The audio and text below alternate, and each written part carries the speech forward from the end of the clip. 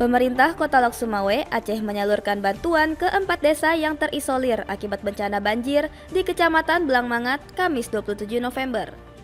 Keempat desa tersebut adalah Desa Jambo Timu, Jambo Masjid, Tunong, dan Desa Tengoh. Sebelumnya, otoritas terkait tidak dapat mendistribusikan bantuan dikarenakan debit air yang sangat tinggi, yaitu mencapai 80 cm. Kondisi tersebut mengakibatkan akses jalan tidak dapat dilalui oleh kendaraan jenis apapun. Sejumlah pemukiman juga masih digenangi air, sehingga masyarakat memilih bertahan di lokasi pengungsian.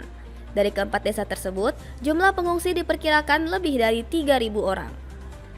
Wali Kota Lok Sumawe, Sayuti Abu Bakar menyebutkan Kecamatan Blangmangat menjadi salah satu lokasi yang paling terdampak dikarenakan berada di wilayah pesisir dan memiliki dataran yang cenderung lebih rendah. Jadi hari ini kita menuju ke tempat daerah-daerah yang terisolir. Hari ini kita ke kawasan Kecamatan Blangmangat, khususnya bagian utaranya. Ada 4 desa yang kita kunjungi, cuma yang paling parah dan paling terisolir adalah Desa Jambo Timur. Dan kita bisa melihat sendiri kondisinya seperti apa. Dan mereka melakukan pengungsian di tempat museum nama. Ini tempat evakuasi tsunami. Pemerintah Kota Lok Sumawe pun mengimbau masyarakat untuk tetap tenang dan waspada dalam menghadapi bencana. Pemerintah memastikan tetap melakukan pemantauan dan berupaya memberi penanganan serta pelayanan maksimal kepada korban banjir.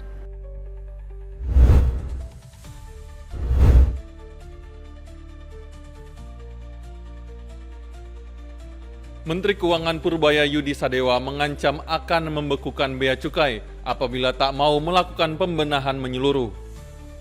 Purbaya mengatakan ada 2 masalah serius yang harus segera dibenahi di bea cukai.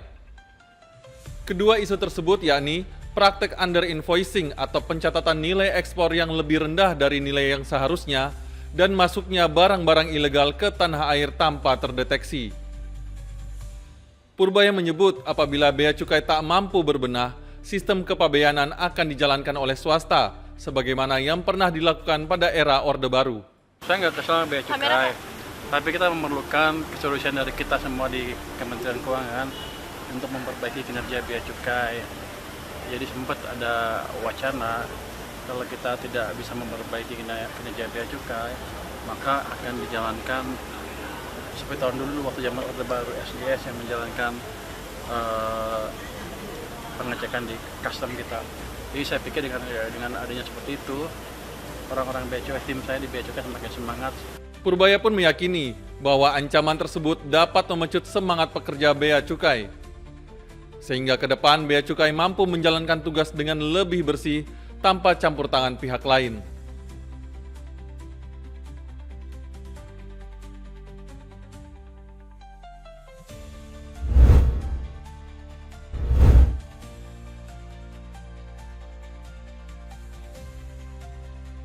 Kejaksaan Negeri Tanjung Perak, Surabaya pada Kamis 27 November menetapkan 6 tersangka perkara dugaan korupsi proyek PT Pelabuhan Indonesia Regional 3.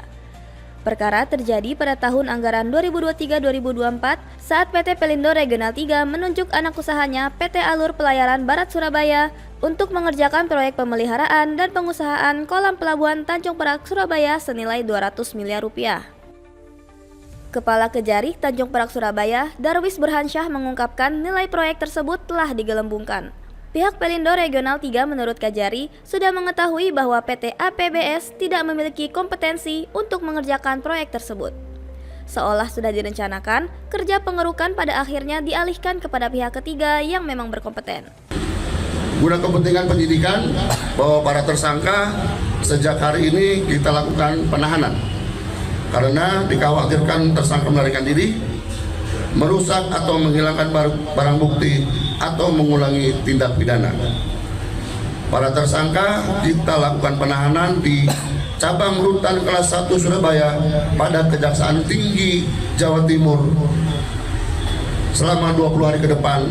Adapun 6 orang yang ditetapkan sebagai tersangka menduduki jabatan penting di PT Pelindo Regional 3 dan PT APBS.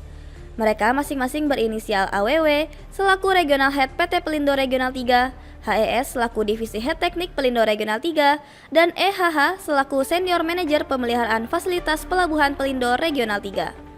Sementara itu, dari pihak swasta yaitu Direktur Utama PT APBS berinisial M, Direktur Komersial Operasi dan Teknik PT APBS MYC, dan Manajer Operasi PT APBS berinisial DWS.